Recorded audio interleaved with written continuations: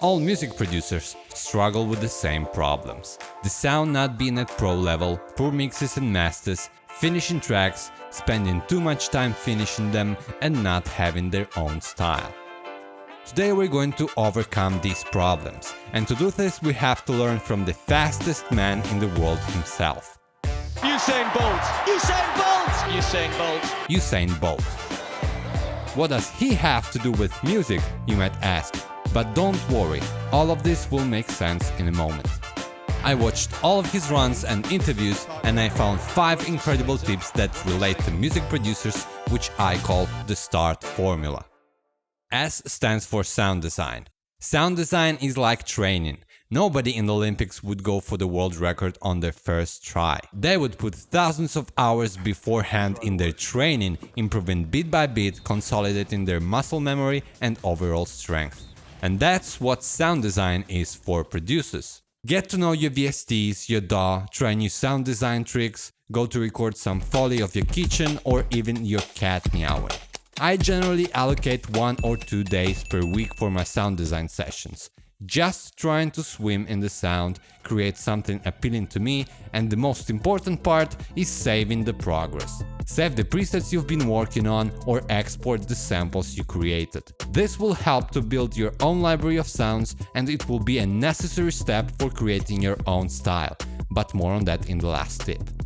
Coming in next are templates. We all have our routine, our workflow. Look at what Usain Bolt does before the runs. The double back. He fist bumps the staff of the Olympics and then he gets in position on the starting blocks with his left foot ahead, always at the same distance from the right one. He might also pray, and all of this is his routine, his workflow. And similarly, producers also have a routine. I myself always put the drums as my first group of tracks, then the music group, which contains all the harmonic content, which is sidechained to the kick, then the vocals, if there are any, and the last group will be effects or ear candies. Setting this up is not difficult, but doing it every time adds up in the long run and might break your inspiration completely. Pinpoint all the things you keep repeating when producing and create a template that's tailored for you. Ever seen this guy that makes beats in 10 seconds? Have you ever thought that all of the instruments are already there for him to use? Well, that's how he does it. The next tip will be analysis. This is crucial for becoming a pro-level producer, in terms of songwriting, structuring and even mixing. You have to analyze your songs, see what drives your dopamine levels and take the note of the best parts. Listen to what Usain Bolt says here. I think my reaction was pretty good. My first couple of steps were okay, but I got one bad step. It wasn't a perfect race. I was kind of all over the place. My shoulders are a bit up a little bit. He's aware of his body. He perfectly knows his strengths and weaknesses. And applying this to music production, you can set a reference track to analyze your song not only in terms of mixing, but also structure.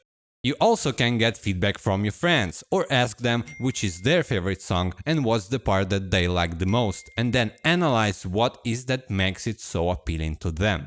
I sometimes go to the clubs just to watch the people and see their reaction to what DJs play and what drives them crazy. Analyzing your music and comparing it is the only way you can improve.